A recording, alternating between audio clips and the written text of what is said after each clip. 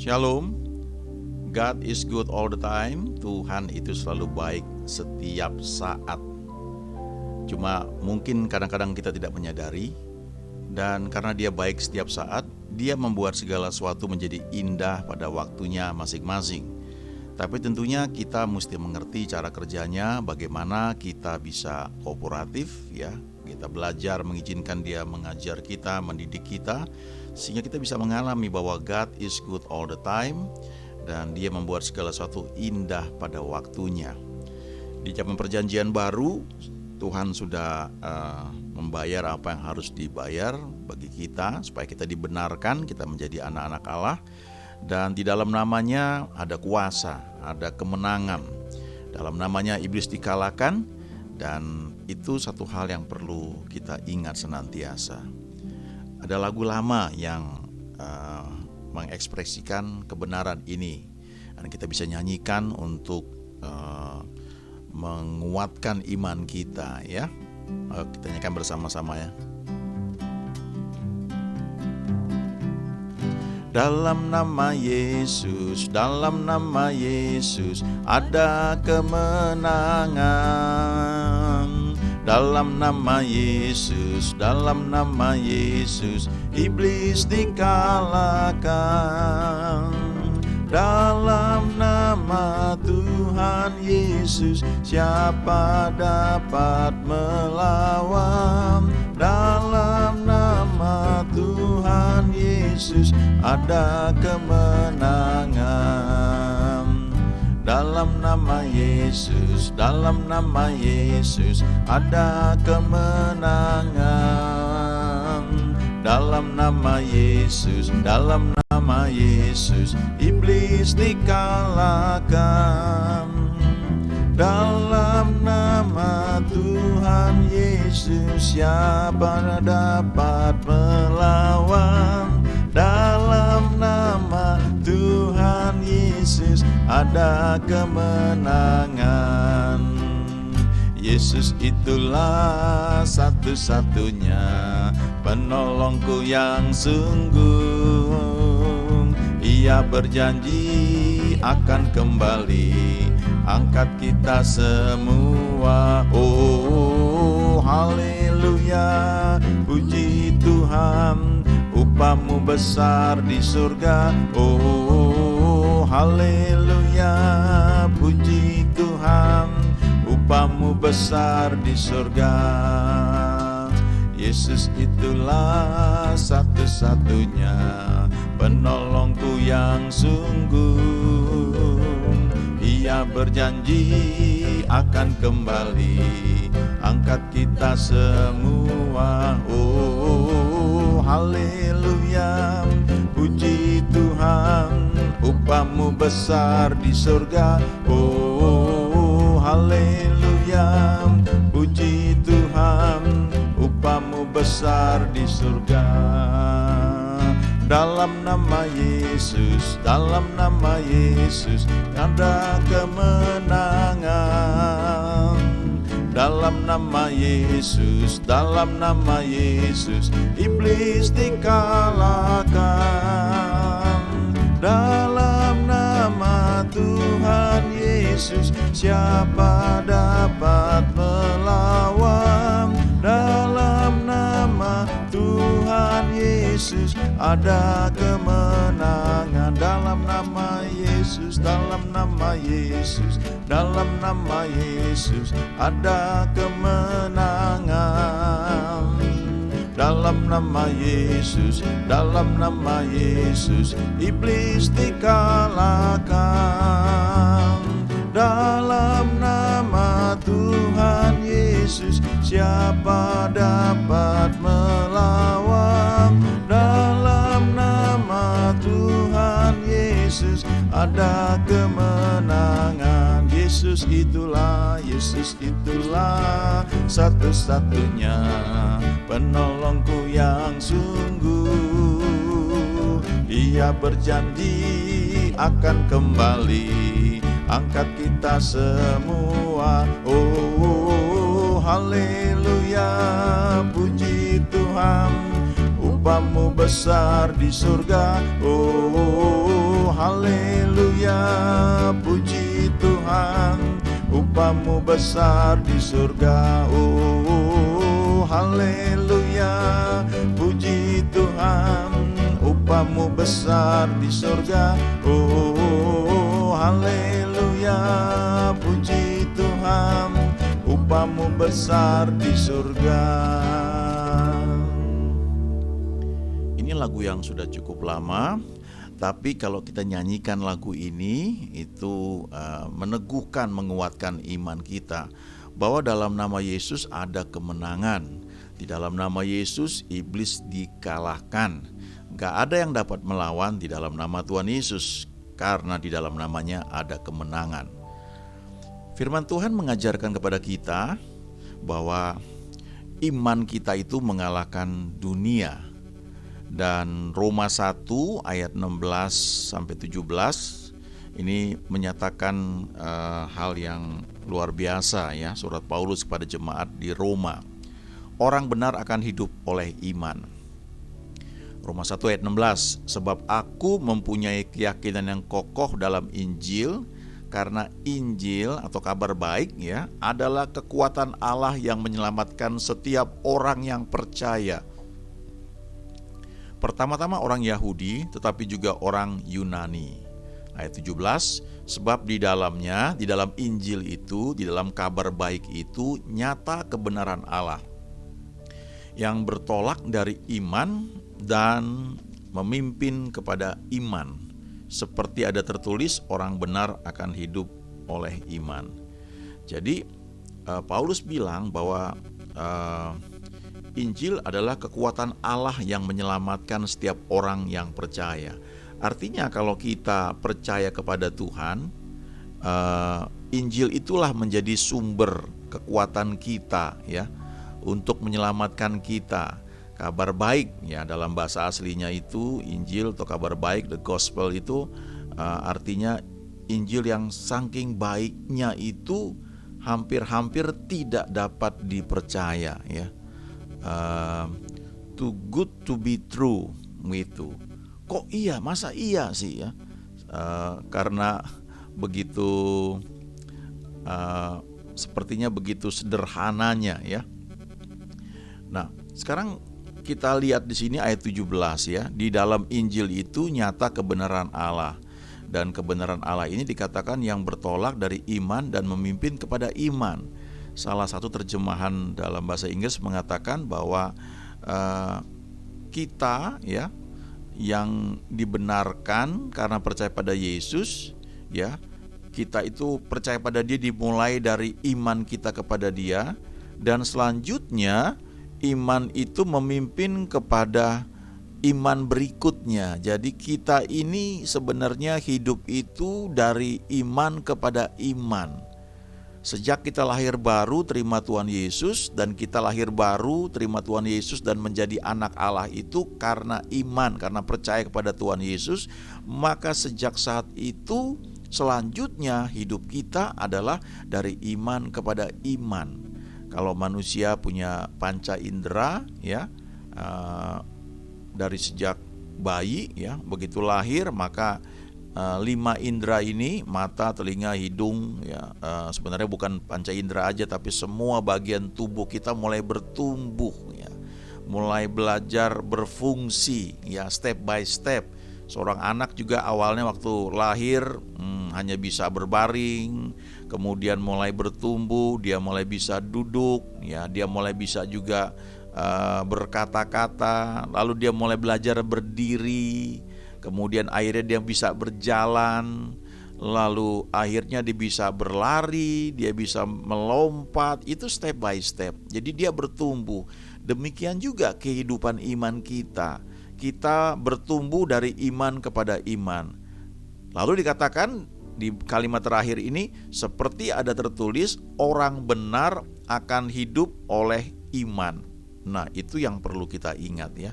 Jadi Alkitab berkata bahwa orang benar itu ditakdirkan hidup oleh iman ya. Diharuskan hidup menggunakan imannya.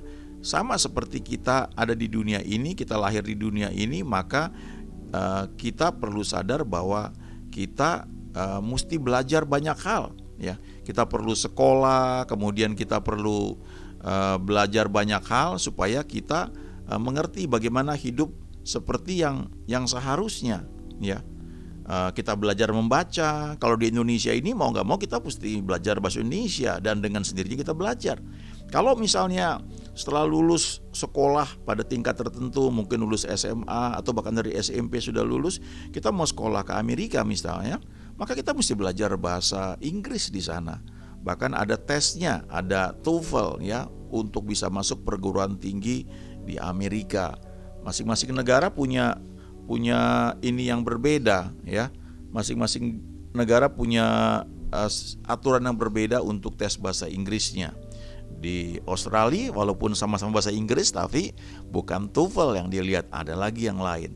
Tapi poinnya adalah waktu kita mau tinggal di satu negara, kita perlu belajar. Dan salah satu hal penting yang perlu belajar adalah bahasa. Nah, sebagai orang yang dibenarkan karena percaya pada Tuhan Yesus, maka kita sejak lahir baru kita hidup di alam surgawi sebenarnya. Artinya begini, kita tinggal di dunia, hidup di dunia, tapi sebenarnya ada hukum-hukum surgawi yang itu lebih tinggi derajatnya, yang kalau kita pelajari maka kita bisa hidup mengatasi hukum-hukum dunia. Tanpa melanggar hukum-hukum tersebut, kita bisa hidup di atasnya. Kita perlu belajar, misalnya sebagai contoh, ya, hal yang paling simpel. Di dunia umumnya orang mengenal hemat pangkal kaya, ya, rajin pangkal pandai. Dan itu nggak salah, tentu kita perlu belajar hemat, tidak boros, ya. Kita perlu belajar juga rajin untuk belajar supaya kita bisa semakin pandai, semakin pintar dalam pelajaran-pelajaran kita di sekolah. Tapi Alkitab juga berkata ada orang yang menyebar harta tetapi bertambah kaya, ada orang yang menghemat secara luar biasa namun selalu berkekurangan. Siapa banyak memberi berkat, ia akan diberkati, dan seterusnya. Jadi kita perlu belajar hidup hemat, tapi kita juga perlu mengerti ada hukum-hukum surgawi yang mengatakan kalau kita menabur dalam tuntunan Tuhan, maka apa yang kita tabur itu akan kembali berkali-kali lipat. Itu sebabnya kitab Amsal berkata ada orang yang menyebar harta tetapi bertambah kaya. Ada orang yang menghemat secara luar biasa namun selalu berkekurangan. Itu ada hukum-hukum surgawi yang mengatur itu. Kemudian kita perlu belajar supaya kita bagus dalam pelajaran-pelajaran kita di sekolah, ya, dalam kehidupan ini. Tapi ada ayat juga yang mengatakan takut akan Tuhan adalah permulaan pengetahuan, ya. Jadi kalau kita sungguh-sungguh memiliki sikap hati yang benar, takut akan Tuhan, maka kepandaian, ya, itu bisa Tuhan berikan. Ada hikmat yang Dia berikan. Alkitab berkata Daniel, Sadrah, Mesakh, Abednego 10 kali lebih pintar daripada orang-orang lain. Jadi dengan belajar hukum-hukum surgawi itu kita akan menikmati banyak sekali janji Tuhan. Dan seperti yang selalu kita katakan di awal acara ini dan di akhir acara ini, kita bisa mengalami bahwa God is good all the time. Tuhan selalu baik setiap saat, dan Dia membuat segala sesuatu menjadi indah pada waktunya. Nah, salah satu yang perlu kita pelajari adalah soal iman. Itu seperti bahasa atau bahasa, ya, boleh dikatakan, ya, yang perlu kita pelajari di dalam kehidupan kita sebagai anak-anak Tuhan di alam surgawi.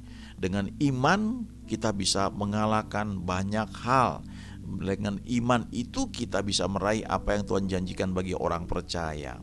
Sehingga lagu yang kita nyanyikan tadi, dalam nama Yesus ada kemenangan, itu bisa real, bisa nyata. Nah, sekarang apa itu iman? Menurut definisi dari Ibrani 11 ayat 1, iman adalah dasar dari segala sesuatu yang kita harapkan dan bukti dari segala sesuatu yang tidak kita lihat. Jadi nanti kita bandingkan, ya, dengan apa yang kita lihat dengan mata jasmani, ya. Tapi kita teruskan lagi, lihat Ibrani 11 ayat 6. Dikatakan di sini, tetapi tanpa iman tidak mungkin orang berkenan kepada Allah. Sebab barang siapa berpaling kepada Allah, ia harus percaya bahwa Allah ada dan bahwa Allah memberi upah kepada orang yang sungguh-sungguh mencari Dia. Jadi dikatakan di sini, tanpa iman tidak mungkin kita bisa berkenan kepada Tuhan. Air mata kita tidak membuat kita berkenan kepada Tuhan.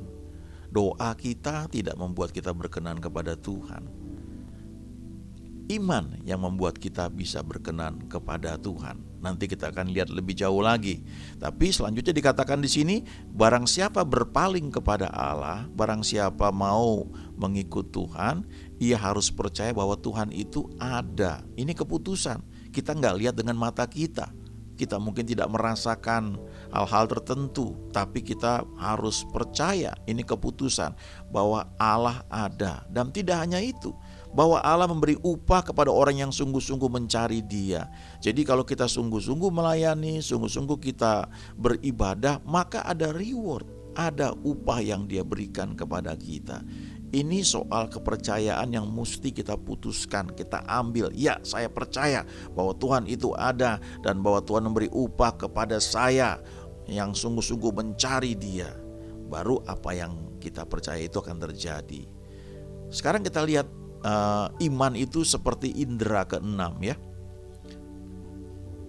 Waktu kita lahir di dunia ini, maka tanpa sadar ya, kita mulai belajar bahwa sesuatu dikatakan ada itu karena dapat ditangkap oleh satu atau lebih dari indera kita ya.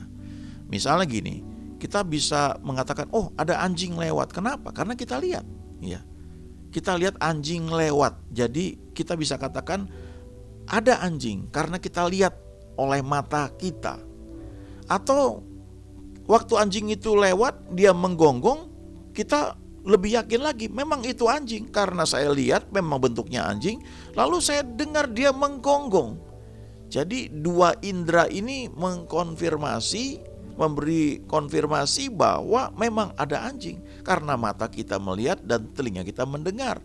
Atau bisa juga kita nggak melihatnya karena itu mungkin di belakang kita, tapi kita dengar suara anjing menggonggong. Berarti kita bilang, oh ada anjing. Kenapa? Karena telinga kita mendengar bahwa ada suara anjing menggonggong.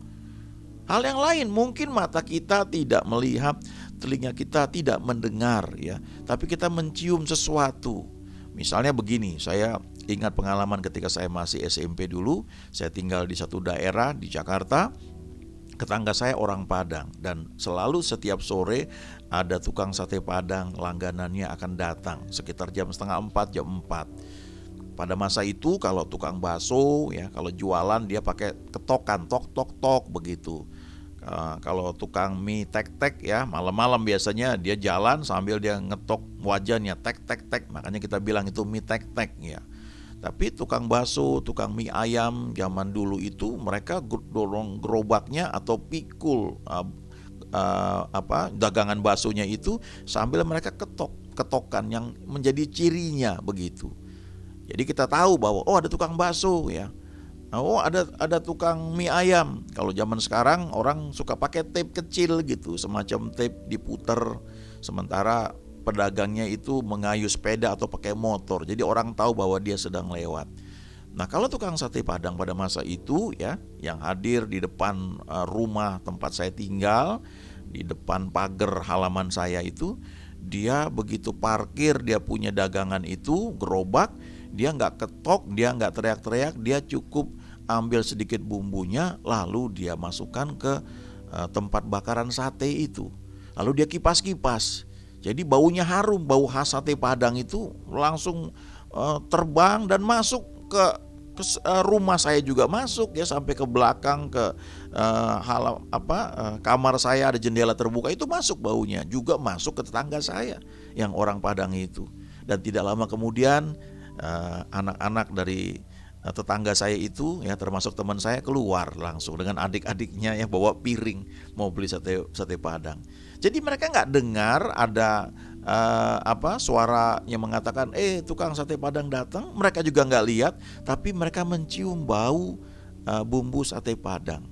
Jadi mereka tahu, oh ada tukang yang jualan sate Padang. Atau hal yang lain ya, kita mungkin nggak lihat, kita nggak dengar, kita nggak mencium, tapi kulit kita merasakan hembusan AC atau hembusan angin. Lalu kita bilang ada angin ya. angin itu tidak berwarna. Beberapa orang bilang angin itu warnanya merah karena kalau orang masuk angin dikerok jadi merah ya. Bukan seperti itu. Tapi angin itu kita nggak bisa lihat warnanya seperti apa. Mungkin kita nggak dengar, kita juga nggak mencium ya. Tapi kita merasakan ada di kulit kita. Atau hal yang lain lagi, misalnya kita makan sayur ya. Makan sayur lalu kita ngerasa, waduh ini kurang garam nih. Padahal kita nggak lihat itu ada garamnya di dalam sayur itu. Sudah dikasih garam tapi kurang garam. Lalu kita ambil garam sedikit ya. Biasanya ibu-ibu yang tahu dicampur, diaduk supaya kita bilang oh udah pas. Atau kita bilang nih keasinan ini, kebanyakan garamnya ini. Kita nggak lihat garamnya itu, tapi kita bisa merasakan dengan lidah kita. Semua itu bisa dideteksi oleh panca indera, oleh 5 indera ini ya, oleh satu atau beberapa indera. Dan kalau bisa ditangkap oleh salah satu atau beberapa indera itu, kita katakan bahwa sesuatu itu ada. Tapi kalau iman itu dia menangkap sesuatu yang tidak dilihat oleh mata, tidak didengar oleh telinga, tidak dicium oleh hidung, tidak dirasa oleh kulit, tidak dikecap oleh lidah. Tapi kita punya keyakinan, yes saya tahu pasti terjadi. Nah itu iman namanya. Cuma memang dengan berjalannya waktu kita bisa melihat bedanya iman dengan hanya sugesti ya. Ada istilah sugesti dalam psikologi itu, kita menganggap sesuatu itu ada ya, padahal tidak ada. Kalau iman bukan seperti itu, mirip seperti itu. Misalnya begini ya, Alkitab berkata bahwa ada malaikat yang mengelilingi kita, menjaga kita. Kita nggak lihat dengan mata kita, kita nggak dengar, kita nggak cium, kita nggak rasa, kita nggak kecap. Tapi kita memutuskan percaya firman Tuhan bahwa ada malaikat di sekeliling kita. Kita juga tidak merasakan sugesti, tapi kita memutuskan percaya karena Alkitab bilang seperti itu. Pada titik tertentu kita belajar dan akhirnya kita punya kesadaran bahwa memang ada malaikat Tuhan menjaga kita. Dan kita bisa mengatakan, iman saya mengatakan ada malaikat itu. Itu iman. Iman itu adalah seperti indera keenam, menangkap sesuatu yang tidak dapat ditangkap oleh panca indera. Nah sekarang dari mana iman itu datang? Karena ini penting sekali, tanpa iman tidak mungkin kita berkenan kepada Dia. Kita perlu tahu bagaimana kita memperoleh iman. Roma 10 ayat 17 berkata, iman timbul dari pendengaran dan pendengaran oleh firman Kristus. Jadi kalau kita baca firman atau kita dengar firman, mungkin seperti saat ini, pada waktu kita dengar, pada waktu kita baca, kita sebenarnya sedang mendengar atau memperhatikan firman Tuhan dikhotbahkan, diajarkan sebagai firman logos. Itu mengajar pola pikir kita terbentuk seperti yang firman Tuhan ajarkan. Tapi pada titik-titik tertentu, pada saat tertentu, bisa jadi firman yang kita dengar, yang kita baca itu tiba-tiba seperti berbicara secara pribadi buat kita. Itu yang disebut firman rema. Rema inilah yang menimbulkan iman. Ya, bertahun-tahun yang lalu ada satu orang yang saya kenal ya, dia kena stroke, kemudian dia seorang dokter ya, ada hal-hal yang dia langgar sehingga dari cara makan dan sebagainya dia kena serangan stroke. Lalu ada seorang anak Tuhan yang datang untuk mendoakan dia. Dan anak Tuhan ini, dia seorang hamba Tuhan juga, dia melayani. Dan ketika dia mau datang, malamnya ini dia berdoa. Dia tanya sama Tuhan, bagaimana saya harus mendoakan om ini ya. Kemudian dia berdoa dan Tuhan bilang di hati dia, kasih tahu bahwa aku mengasihi dia dan aku mau menyembuhkan dia. Nah besoknya anak tuannya datang ya, dan dia bilang begini, om, saya sudah doa dan Tuhan bilang Tuhan mengasihi om dan Tuhan mau menyembuhkan om. Waktu dia dengar kalimat itu, om ini yang usianya sudah sekian puluh tahun dan dia dari suku yang pantang menangis ya. Bagi laki-laki mungkin sekian puluh tahun dia gak pernah nangis, tapi waktu dia dengar kalimat itu, dia menangis seperti anak kecil ya. dia menjerit. Kenapa? Karena perkataan itu tiba-tiba rema. Firman Logos mengatakan bahwa Tuhan mengasihi kita. Kalau kita pelajari firman Tuhan, Dia mau menyembuhkan kita. Banyak orang itu cuma mentok di Tuhan sanggup, tapi belum tentu Tuhan mau. Tapi kalau kita pelajari firman Tuhan, kita izinkan Logos yang kita baca, kita dengar, kita pelajari itu membentuk cara berpikir kita. Kita akan melihat bahwa Dia mau menyembuhkan kita. Tapi pada saat-saat tertentu bisa saja firman yang kita baca, kita dengar itu tiba-tiba menjadi rema. Seperti yang dialami oleh Om ini. Dia mungkin sudah sering dengar di gereja bahwa Tuhan mengasihi semua orang. Tapi perkataan itu gak pernah jadi rema buat dia. Tapi saat itu ketika anak Tuhan ini, hamba Tuhan ini sebelum berdoa dia bilang, Om, saya sudah berdoa dan Tuhan bilang Tuhan mengasihi Om dan Tuhan mau menyembuhkan Om. Tiba-tiba kalimat itu menjadi rema.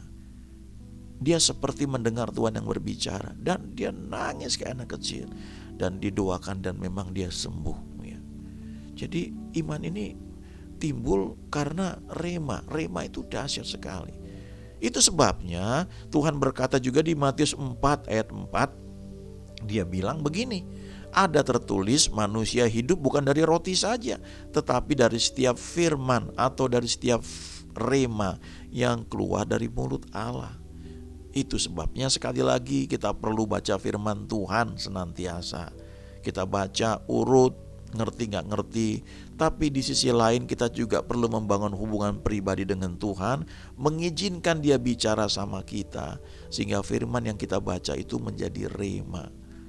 Dan rema itu adalah makanan buat kita, buat kerohanian kita. Kalau dikatakan manusia hidup bukan dari roti saja, artinya manusia itu perlu roti, perlu nasi, perlu mie ayam, perlu capcay, perlu indomie, ya, perlu daging dan sebagainya. Tetapi karena manusia ini roh jiwa tubuh, maka manusia juga perlu firman rema. Kalau kita makan 3 kali sehari kecuali sedang berpuasa, maka kita juga gak cukup makan firman itu seminggu sekali. Apalagi sudah dikunyah sama pendeta, kemudian dibagikan ya. Kita hanya mendengar itu sebagai pengetahuan, sebagai knowledge. Ya lumayan daripada enggak.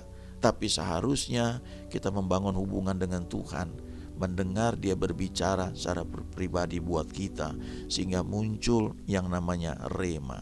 Dari rema ini muncul iman. Dan iman itu mengalahkan dunia. Iman itu membuat sesuatu yang mustahil menjadi nyata, menjadi real. Selanjutnya kalau kita baca di Efesus 6 ayat 17, dikatakan bahwa terimalah ketopong keselamatan dan pedang roh, yaitu firman Allah. Kata firman di sini juga rema. Ini digunakan dalam doa. Kalau kita pelajari tentang perlengkapan senjata perang di Efesus pasal 6 ini, kita akan melihat berbagai macam peralatan perang secara rohani. Tapi yang dipakai untuk menyerang adalah pedang roh, dan itu adalah firman atau rema, firman Allah, firman rema yang dari Allah. Artinya waktu kita sedang berdoa, kita membuka telinga rohani kita menangkap Dia mau ngomong apa, lalu kita katakan itu, maka itu menjadi pedang yang menghancurkan pekerjaan iblis. Salah satu contoh yang tadi saya ceritakan, ya, ketika anak Tuhan, hamba Tuhan ini berdoa dan Tuhan kasih rema kepada dia, kasih tahu bahwa aku mengasihi dia dan aku mau menyembuhkan dia. Waktu besoknya itu disampaikan, itu seperti pedang. Langsung orang ini nangis, bapak ini nangis, om ini nangis. Lalu ketika didoakan, seperti yang Tuhan taruh di hati hamba Tuhan ini, rema tersebut, maka orang itu sembuh, terjadi mujizat. Sangat penting kita belajar untuk mengizinkan Tuhan berbicara kepada kita sehingga ada rema. Rema menimbulkan iman, iman itu meraih anugerah Tuhan, iman itu membuat yang mustahil bisa terjadi, iman itu mengalahkan dunia. Dan seperti lagu yang kita nyanyikan tadi, dalam nama Yesus ada kemenangan, itu bisa terjadi dalam kehidupan kita dan akan selalu terjadi dalam kehidupan kita. Amin. Ayo kita doa. Terima kasih Tuhan, kami belajar bahwa Engkau adalah Tuhan yang selalu baik. God is good all the time, and you make all things beautiful in its time. Kami belajar juga bahwa lewat iman kami bisa mengalahkan dunia. Lewat iman tidak ada yang mustahil, dan lewat iman itu kami boleh hidup. Dari iman kepada iman kami boleh bertumbuh, kami meraih semua janji yang Tuhan berikan bagi orang percaya.